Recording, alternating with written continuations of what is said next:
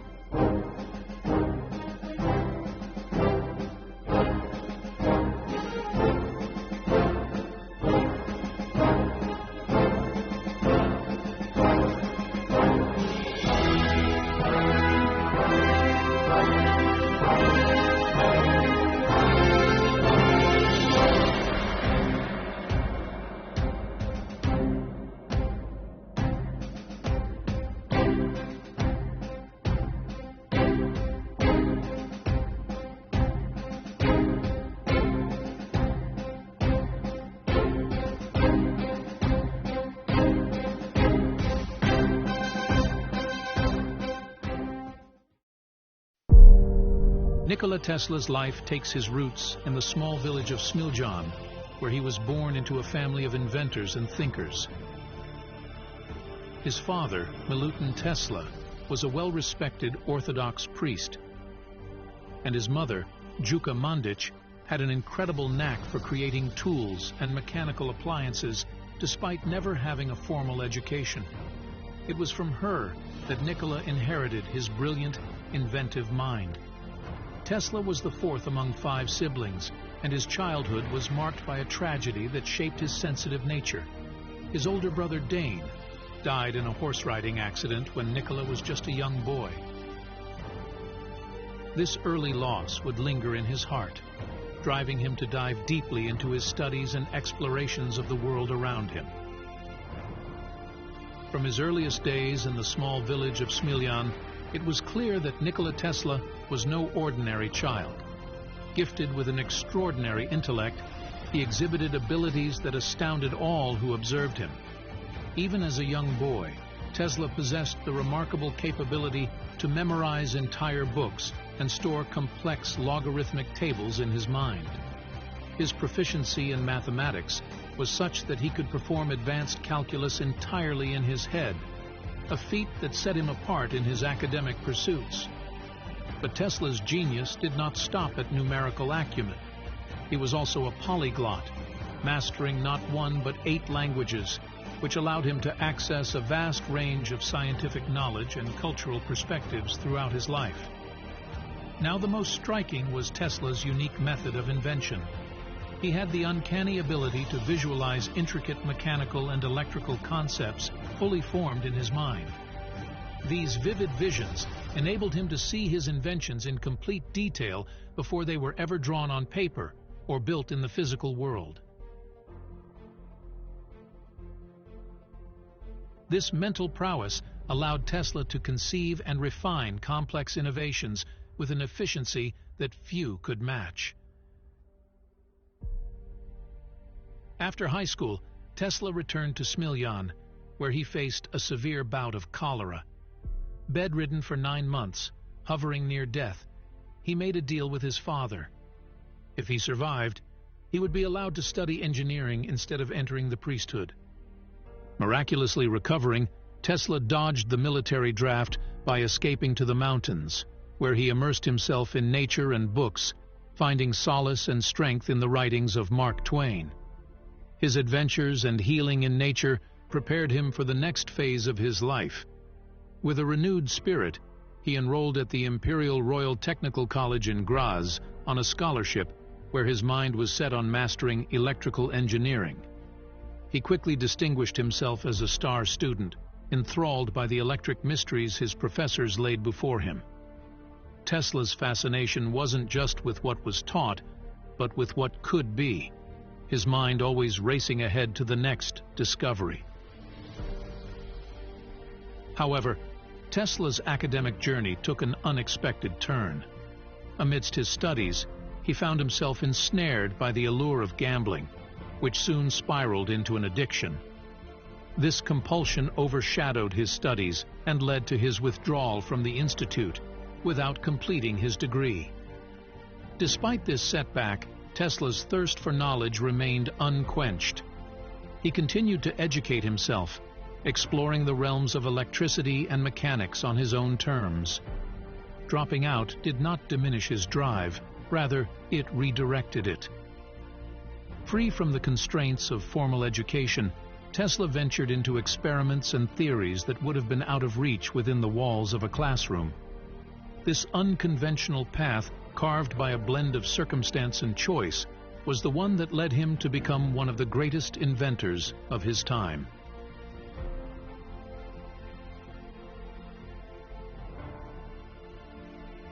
The next chapter in Nikola Tesla's life began in 1881, when he moved to the vibrant city of Budapest, Hungary. He was there to work at the Budapest Telephone Exchange under Tivadar Puskás. But on arriving, he discovered the company was still under construction and not yet operational. So, Tesla started off as a draftsman in the Central Telegraph Office. Soon enough, the telephone exchange was up and running, and Tesla was promoted to chief electrician. In this role, he surprised everyone by making significant improvements to the central station equipment and even perfected a telephone repeater and amplifier, though he never patented this invention. But Tesla's journey was just heating up. In 1882, his boss, Puskás, helped him land a job in Paris with the Continental Edison Company. This was a brand new adventure for Tesla, delving into the burgeoning industry of electric power utilities, specifically focusing on installing indoor incandescent lighting across the city. His work was impressive, and he quickly moved up the ranks, tasked with solving engineering problems not just in Paris, but across France and even in Germany. However, the biggest turn in Tesla's career came when he was invited to move to the United States in 1884. Charles Batchelor, an Edison manager, recognized Tesla's talents in Paris and decided he needed him in New York. Arriving in Manhattan's Lower East Side, Tesla found himself in a much different world. A cramped workshop surrounded by the city's tenements, which he described as a painful surprise. Despite the shock, Tesla dove into his work at the Edison Machine Works, troubleshooting installations and refining generators. Tesla's skills quickly drew attention, including that of Thomas Edison himself. After a particularly challenging night where Tesla repaired the damaged dynamos aboard the SS Oregon, Edison remarked, recognizing Tesla's dedication and talent, "This is a damned good man." Despite such high praise, not everything was smooth. Tesla was tasked with developing a street lighting system based on arc lamps, a project that ultimately never came to fruition due to technological and business constraints. Tesla's tenure at Edison Machine Works was short-lived, lasting only 6 months. Edison, whose business was built on the direct current DC system, was a towering figure in the American electrical landscape. Tesla, with his fresh ideas and alternative approach using alternating current, AC, soon found himself at odds with Edison's established views. Edison's commitment to DC power was unshakable, despite its limitations in efficiency and range. Tesla, on the other hand, saw the future in AC technology, which could transmit electricity over long distances more effectively and power larger projects. This fundamental difference in vision sowed the seeds of conflict between the two brilliant minds.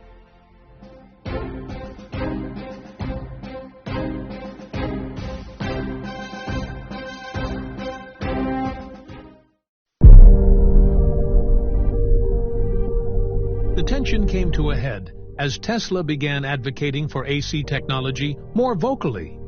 Edison, feeling threatened by the potential shift in industry standards, engaged in a fierce campaign to discredit AC, staging dramatic and sometimes cruel demonstrations to highlight its dangers. However, Tesla remained undeterred, his resolve only strengthened by the challenge.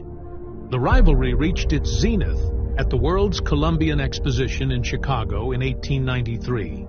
Tesla, in partnership with George Westinghouse, showcased the superiority of AC by illuminating the entire fair with more light bulbs than were present in the entire city of Chicago at the time. The fair was a resounding success, attended by 27 million people who witnessed firsthand the potential of AC to transform the future of electricity.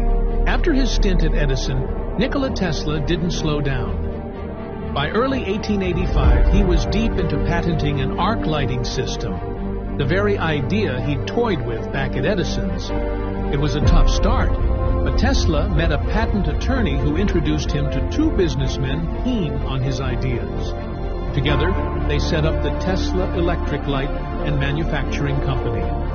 Tesla threw himself into the work, securing patents for an improved DC generator and getting his systems up and running in Rahway, New Jersey. His work caught the eye of the technical press, who praised his advanced system. But not all was smooth sailing. His investors weren't too keen on his revolutionary ideas for alternating current motors and electrical transmission gear.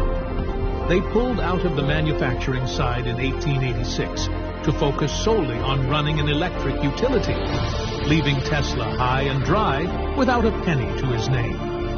But Tesla wasn't one to give up.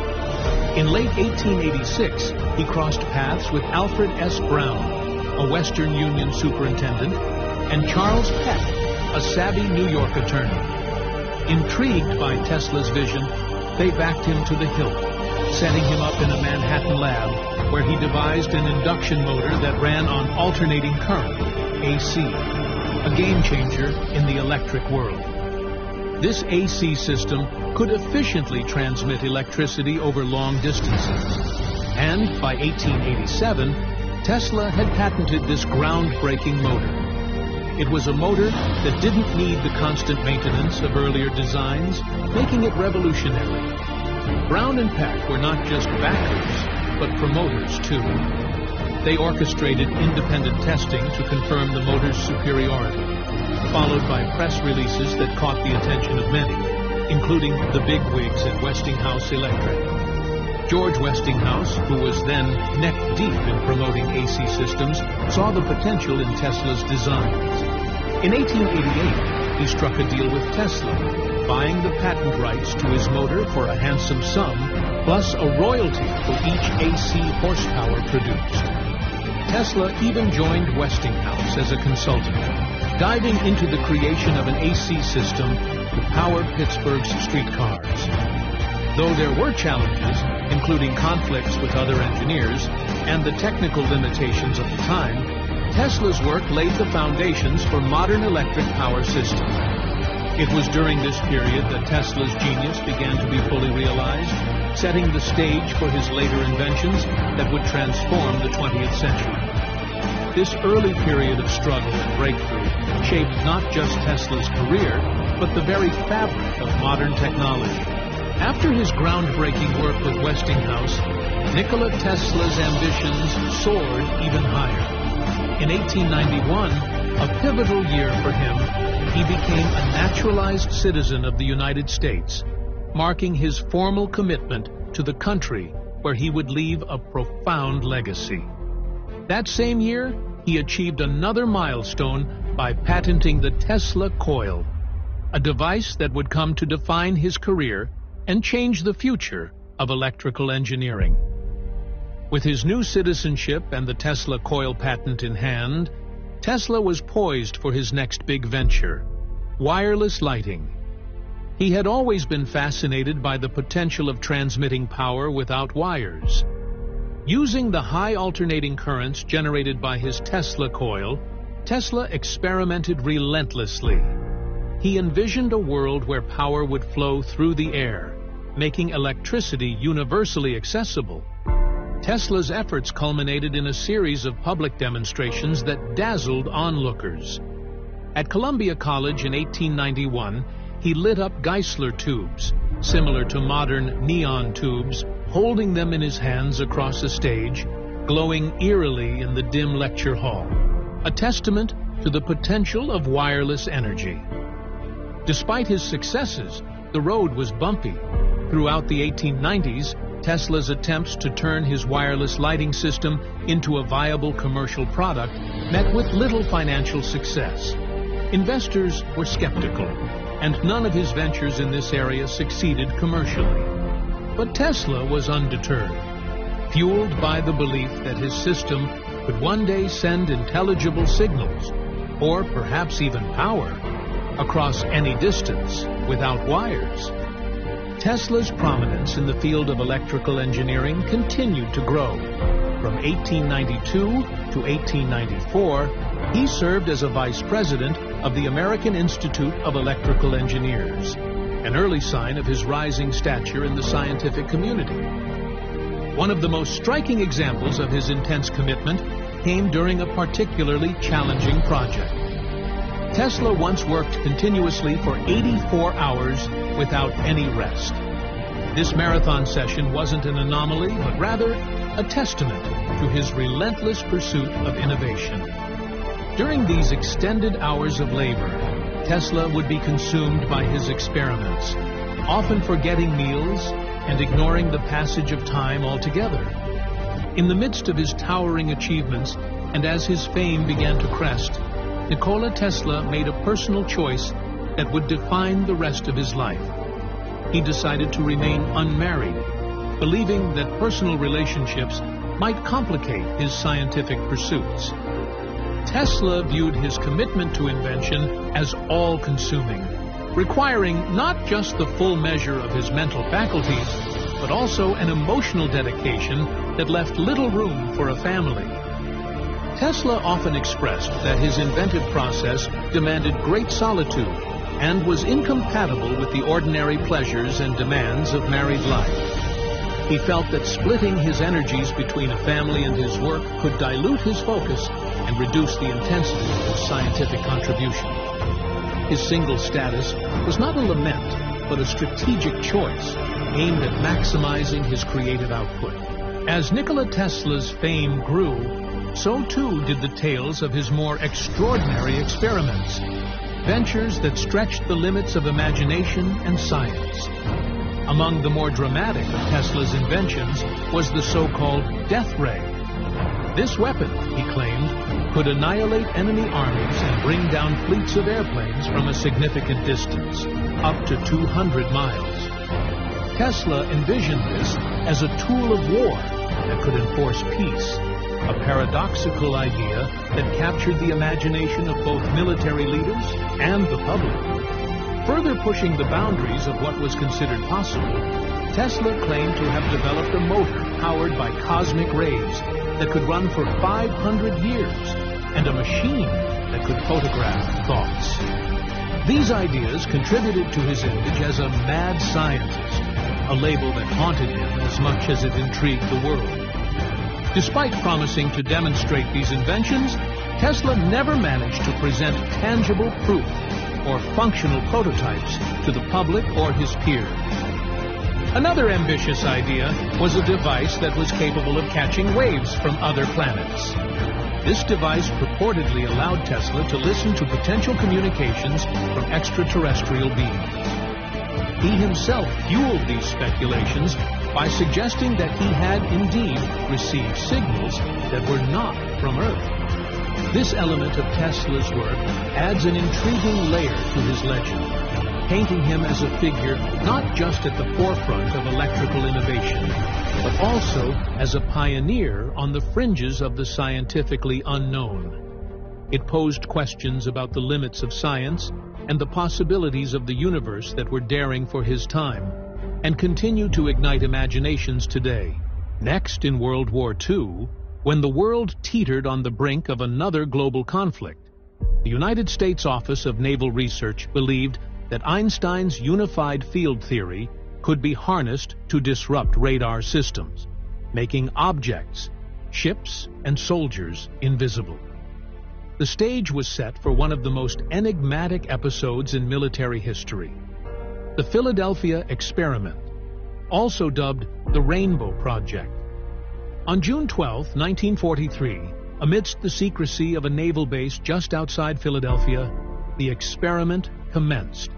The Navy prepared 7 gigantic Tesla coils, directing their immense power towards the USS Eldridge, a medium-sized cruiser anchored quietly in the harbor. The coils hummed to life, enveloping the ship in an eerie glow. Then, just as Tesla and Einstein had predicted, the ship vanished, not just from sight, but reportedly from our very dimension, for a span of 7 harrowing minutes. When the USS Eldridge re-emerged, the scene aboard was one of confusion and horror. While many of the crew were physically unharmed, some had suffered fates too bizarre and gruesome. Some soldier bodies were fused to the metal parts of the ship, due to disruption of the very fabric of space and time. The experiment had ventured beyond the boundaries of known science, into realms Tesla had always feared. Deeply shaken by the outcomes and the ethical implications of their findings, Tesla decided to step back from the project, deeming the risks too great, a decision that led to his resignation. With Tesla's departure, the government turned to Einstein to push forward with the research, which continued in various capacities, shrouded in layers of secrecy and speculation. After a lifetime of dazzling innovation and deep solitude, one night in the fall of 1937, at the age of 81, Tesla ventured out from the Hotel New Yorker, his home in his later years, to continue his nightly ritual of feeding the pigeons. It was during one of these nocturnal outings that tragedy struck. Tesla was hit by a moving taxicab. The accident severely injured his back and broke 3 of his ribs. Sadly, he never fully recovered from his injuries. Tesla's journey came to its final stop on January 7, 1943, in room 3327 of the Hotel New Yorker. Alone, with a "Do Not Disturb" sign on his door, Tesla passed away at the age of 86. The official cause was coronary thrombosis, a heart attack. His body was discovered 2 days later by a maid who, concerned by the uncharacteristic silence from his room, decided to enter despite the sign. In honor of Tesla, a state funeral was held at the Cathedral of St. John the Divine in Manhattan. On January 12, 1943, thousands gathered to pay their respects to a man whose genius had electrified the world. New York City's Mayor Fiorello LaGuardia and the Slovene-American author Louis Adamic delivered a moving eulogy over the radio, accompanied by the mournful tunes of Ave Maria and Tamo Daleko. Following the service, Tesla's body was cremated and his ashes placed in a golden urn, shaped like his favorite geometric figure, a sphere. Today, that urn resides in the Nikola Tesla Museum in Belgrade, a lasting tribute to a man whose ideas were as immense as his solitude.